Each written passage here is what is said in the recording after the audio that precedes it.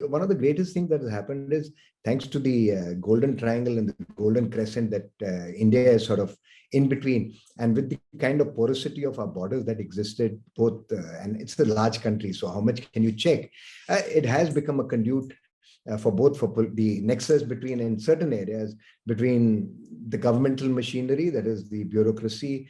When I say bureaucracy, it means across the board. It doesn't mean just the bureaucrat, but I'm saying bureaucracy, the officialdom, the inimical elements, the smugglers and the guys who are doing this trade, the e-commerce bit, and a certain amount of maybe political patronage for what happened in Punjab, as we saw, for patronage for votes, for getting in support from the public. All that has come into play for generating money.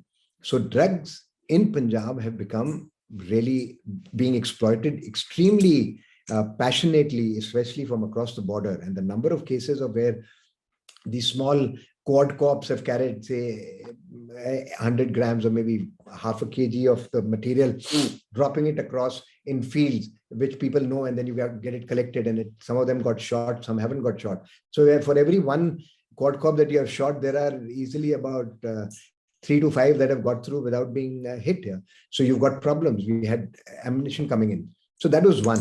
The second thing is, I think, economic and I would say large manufacturing units never came up in Punjab. One of the reasons, it was so close to the border. So most of our development that happened post-independence has been more towards the central heartland of India. So it was in depth from the external borders.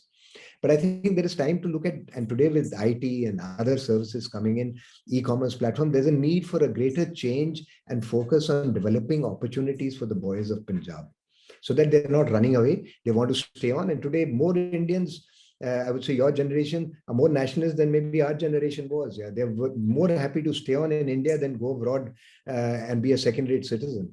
Those who've gone out have no option. They'll come back later. But I see it in my daughter's generation. She refuses to go out and work. She says, what better place than to be in your own country?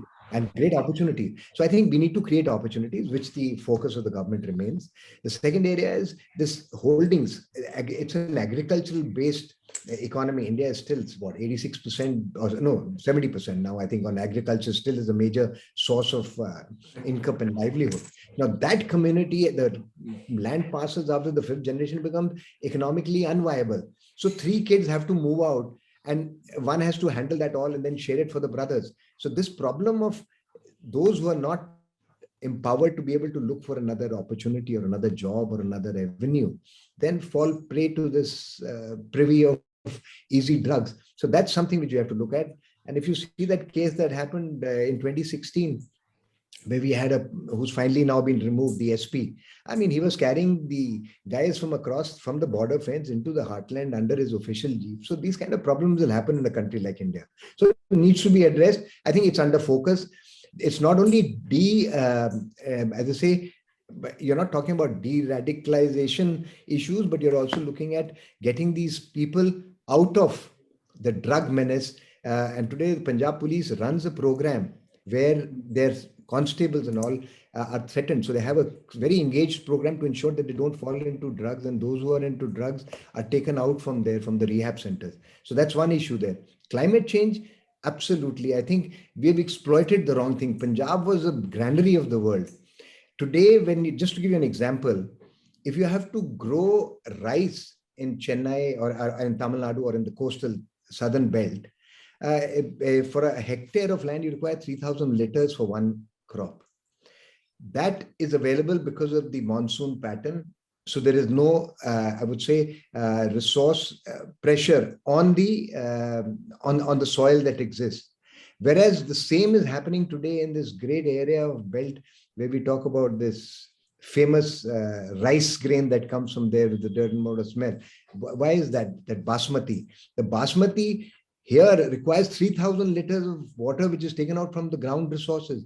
So what is happening is that the land is growing fallow. So our agricultural pattern, the changing pattern of rainfall, the land getting re-consumed or becoming sterile literally over a period of time, what you कहते हैं बंजर जमीन, that has to be arrested. So I think we will have to give better opportunities. We will have to have changing our cropping patterns and relook at how to address these issues. Otherwise, we'll have a Punjab, which is the granary, which already was what it was the second, third highest GDP creator in the country. It's already down to the 17th or the 18th position.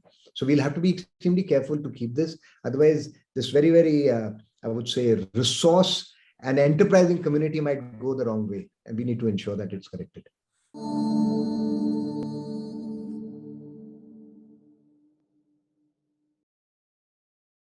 Please remember to subscribe to us and switch on the notifications for this channel. For our other social media links, more content, and to support our work, please visit citti.net. Dhanyavad. Namaskar.